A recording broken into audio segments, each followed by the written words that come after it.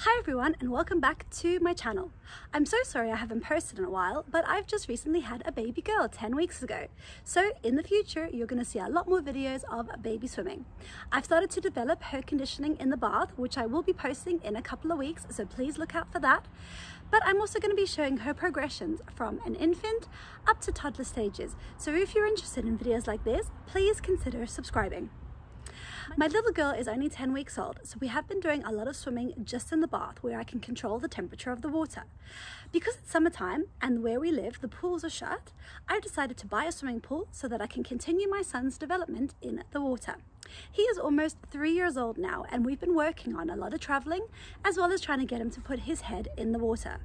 Of course, the most important thing learning how to swim is getting them comfortable and happy in the water, and we have been working on that a lot at the lake.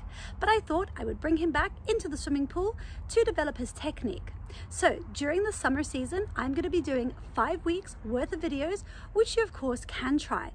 You don't need to have an expensive swimming pool. In fact, this costs less than 200 euros.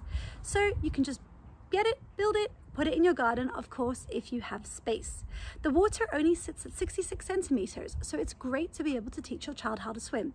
I will be posting a link in the description below of the pool that we have got, just in case you're interested in getting something a little bit similar.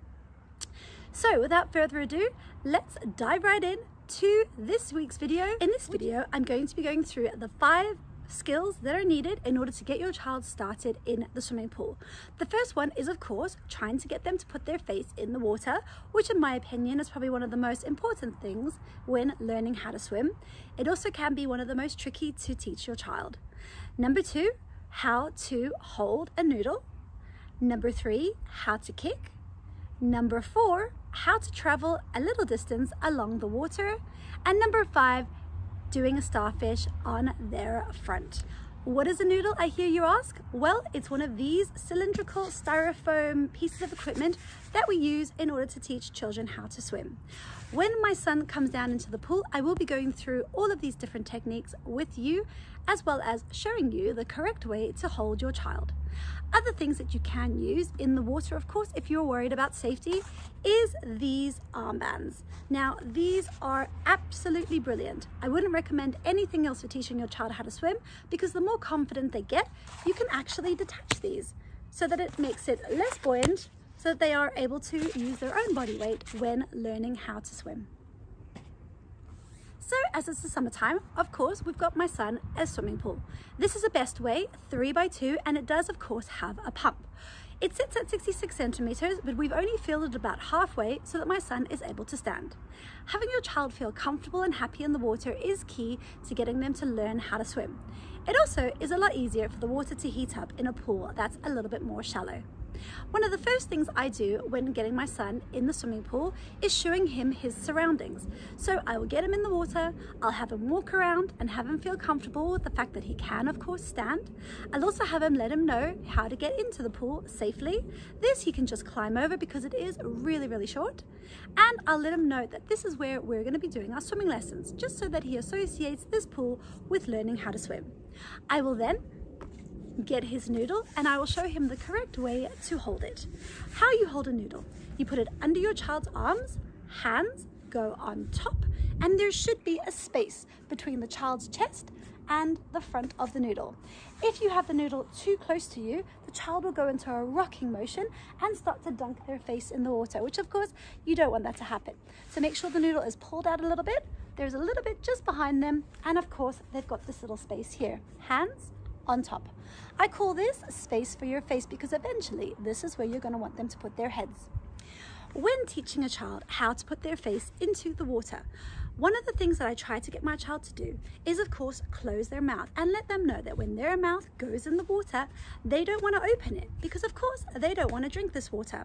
So what I'll get them to do is just to close their mouth, lower their lips in the water, come up and blow out 3 times. It'll look something like this. Come out and just lips in like this. Watch mommy. Watch mommy for a second. Baby, watch mine. Can you put your lips in? Close your mouth, put your lips in quickly and then blow. Because the fishy wants you to blow. He goes. Right, lips in. Fishy go lips in. Lips in. Now blow. That's it. Good job. Right, we're gonna do it. Wait. One more time. Ready? Lips in. One more time. And blow. Yay! The whole reason why I get a child to blow out 3 times is because sometimes they may accidentally open their mouths in the water. If they come up and they're blowing out, it's harder for them to start panicking and sucking in air like this. So if they're already conditioned to blow out, it's going to also help to get that water out of their mouths. Once your child is comfortable with closing their mouth and lowering their lips in the water, coming up and blowing out, the next thing you want to do is talk to them about putting their chin on the water. When children first get into the pool holding onto a noodle, they tend to put themselves in a vertical position.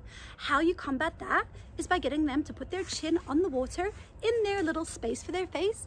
That will automatically bring their legs up behind them, which again will encourage a better technique with their kick. So what you want to do is just get them to put their chin on the water, and you're going to just gently pull them around the swimming pool. Every now and again, you're going to ask them to put their lips in the water. So as I'm pulling my son around the water, I'm going to say, lips closed, lips in the water. Come up and blow 3 times. I might do several laps of the swimming pool just to get him used to the whole concept of placing his lips in the water, coming up and blowing. Kick. When mommy says lips in, you put lips in. Okay, kick. Okay, lips in. Close your mouth, lips in. Blow. Yay, baby! That was so good. Oh, that was amazing. Okay, we're gonna throw it. Let's go get those fish. Throw it. Okay, we're gonna do one more kicking. Lips in. Okay. Okay, ready? Start kicking. Chin on the water. Kick. Okay, ready? Lips in. And blow. Good boy, Rafi. Go. Woohoo! Keep this under your arms, my angel. Under your arms. Okay, get the fishies. Which one are you gonna get? Right, yellowfish, cheeky yellowfish. Ready? Throw him. Okay, ready? We're gonna do it last time. Kick and then lips in the water. So start kicking. Okay, ready? 1, 2, 3, lips in. And blow. Yay, Rafi! When a child kicks their legs, the kick originates at the top of the thigh. They also don't want to overbend their knees, and they want to have what is known as a flutter motion. So you want your child's legs to be straight, you want the kick to originate from the top of the thigh, and you want the whole leg to be going up and down, up and down, up and down. You want their toes to be kicking just below the surface of the water, creating a very cool splashing sound. Yeah, you're going to keep your legs straight. Floppy toes. Yeah, you're going to keep your legs straight. Floppy toes. Yeah. Once you have shown your child how to kick, it is time to get them back on the noodle and to just put chin on the water and kicking into motion. So the first thing I do is check that their hands on top, because again, if you have them underneath, they can push themselves backwards. So always hands on top, space for your face, a little bit of noodle behind you. So you're going to get your child to put their chin on the water, get them to start doing that brilliant flutter kick, and now you're going to have your hand just on the front of the noodle and gently guiding them up and down the swimming pool. If you're in a swimming pool that is extremely shallow, and of course your child isn't floating above the surface, you can still put them in this position and have them kick against the ground. Actually being flat on the ground or even in the bath again stops them overbending their knees. So if you don't have a very deep pool, what you can take from these videos is practicing the correct technique so that next time you go to the swimming pool, you can then put it all together. Right, so put this under your arms. That's it, hands on top. Just like we do in the swimming pool, chin on the water. Look at mommy, straight legs and kick. That's it, kick, Bubba, kick. That's it, make lots of splashes. Keep kicking. That's it, Rafi. Woohoo! You did it. And again to the other side. Chin on the water. Mommy gonna hold you this way. Chin on the water. Put your chin here. A little bit more and kick. Chin on the water, a little bit more. Kick. Make those splashes. That's it. Okay, now once your child has done this and is comfortable, you can start to let go of the noodle just slightly. Now what you don't want to do is have them get too overconfident straight away, because what children tend to do when you let go of the noodle is they start to get overexcited and pull it close to their tummies. Remember, when that noodle sits too close to them, it puts them in this duck rocking motion, which of course you want to avoid them placing their heads in the water. So always make sure that when you let go, you keep reminding them that they must keep their space for their face. You see the noodle? That's it, throw it, we're gonna go catch it. Okay, ready? We're gonna kick and lips in the water. Okay, ready, kick, kick, close your mouth, lips in, and blow. Good boy. And ready, one more time, close your mouth, lips in. Yay! So, your child is now confidently putting their lips in the water and doing that amazing flutter kick from one end to the other. For this week's lesson, we are going to leave that kicking just there and we are going to move on to what is known as a starfish. Now this can also be achieved on a noodle when you're just getting started. What you do is you get your children to squeeze the noodle under their arms and you're going to get them to put their arms just kind of straight out.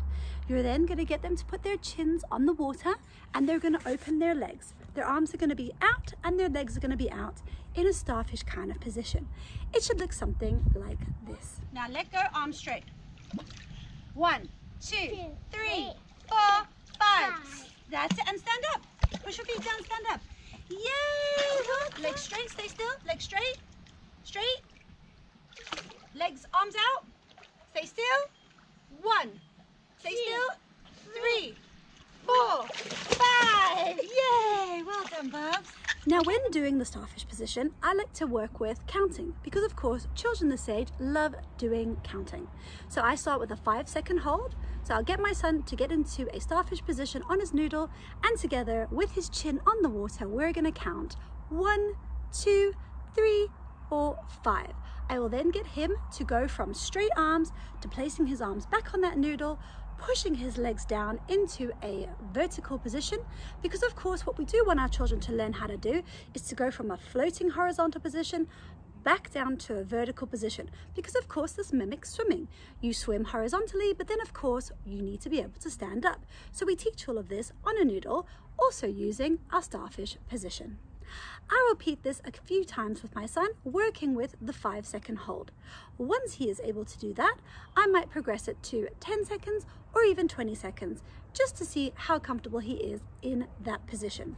If you enjoy videos like this, please consider subscribing. Also, please hit the notification bell so that you'll be notified every time a video drops.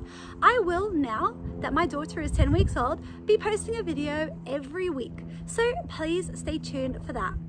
Also, if you've got any friends or family members that are trying to teach any children how to swim, please consider sending the link from this video to them. It'd be much appreciated. Thanks so much, guys. I hope you have a great summer. I'll see you next week where we'll be going through lesson 2, progressing your child in the swimming pool.